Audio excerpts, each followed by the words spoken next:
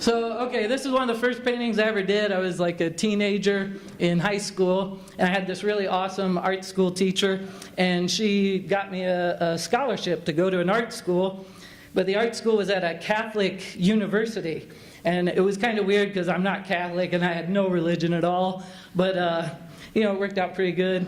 I started doing these paintings of chimps. I got real interested in Jane Goodall. I was reading all her books. And I started doing these kind of urban settings. I had zero religion. My only sense of church was like wedding scenes in movies, And so it was there that I learned that like the stories of Adam and Eve and Moses, they're like in the official Bible. Like I thought they were like in the same category as Rudolph. I thought they were like TV Bible, And so I did these paintings. It was like they were telling me stories about aliens,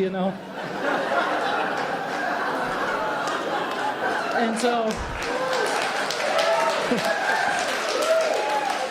it was really weird for me because I was like, Noah, like a guy puts all the animals on a boat and he goes to Europe or whatever. I was like, that's the dumbest story. They fought wars over this, It was crazy. So I did like a monkey as a crucifix, and just anything to kind of ruffle the feathers there at the school. And these are big. That's like 12 feet tall. And I got interested in portraits. This is still in college. And I was kind of getting interested in Picasso too. And so, that's kind of like Picasso, And yeah, it was, I like doing portraits and people. And this was a guy, he backed into my car. And so at college, in the parking lot. And so I told him, I said, hey, you owe me money. And he said, no, I'm not going to pay you. So I did this portrait, and I hung it in the hallway and stood beside it. And people go, hey, that guy's in my philosophy class. I go, well, he owes me money. And I told him the story, and he paid me. He ended up paying me.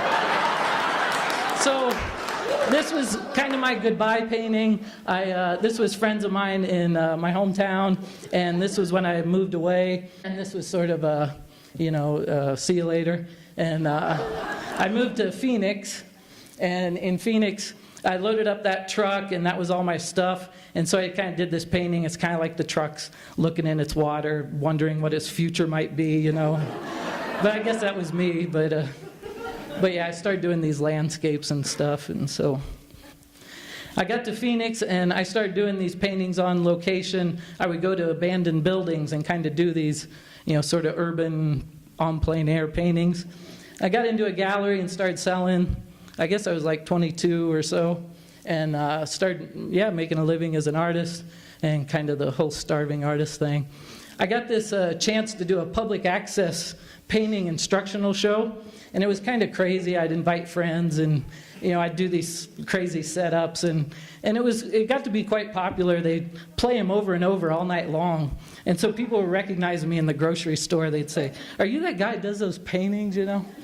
But it was pretty fun. The FCC pulled the shows though because they said that it had nudity and illegal gambling, and I had no defense because there was nudity and I was gambling on the shows too, and.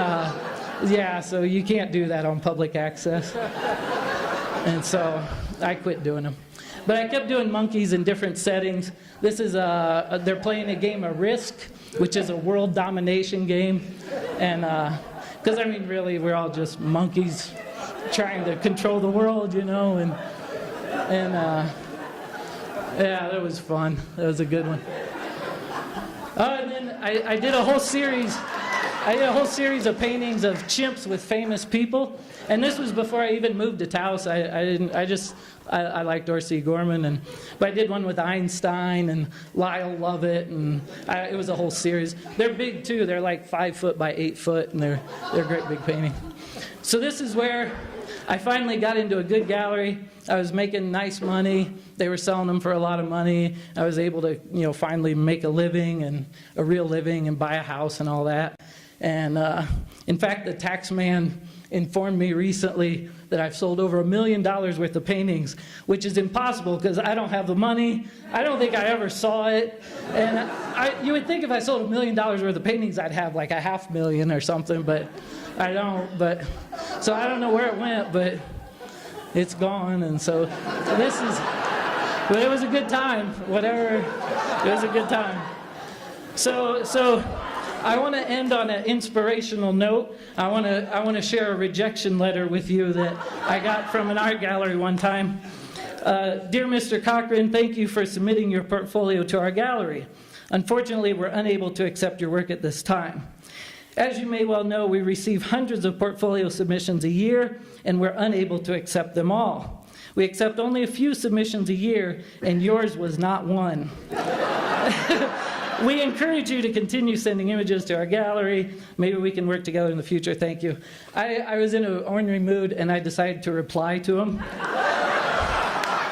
Dear Gallery X, we'll say, thank you for submitting your rejection letter to me. Unfortunately, I am unable to accept your rejection letter at this time. As you may well know, I receive hundreds of rejection letters a year, and I'm unable to accept them all. I accept only a few rejection letters a year, and yours was not one.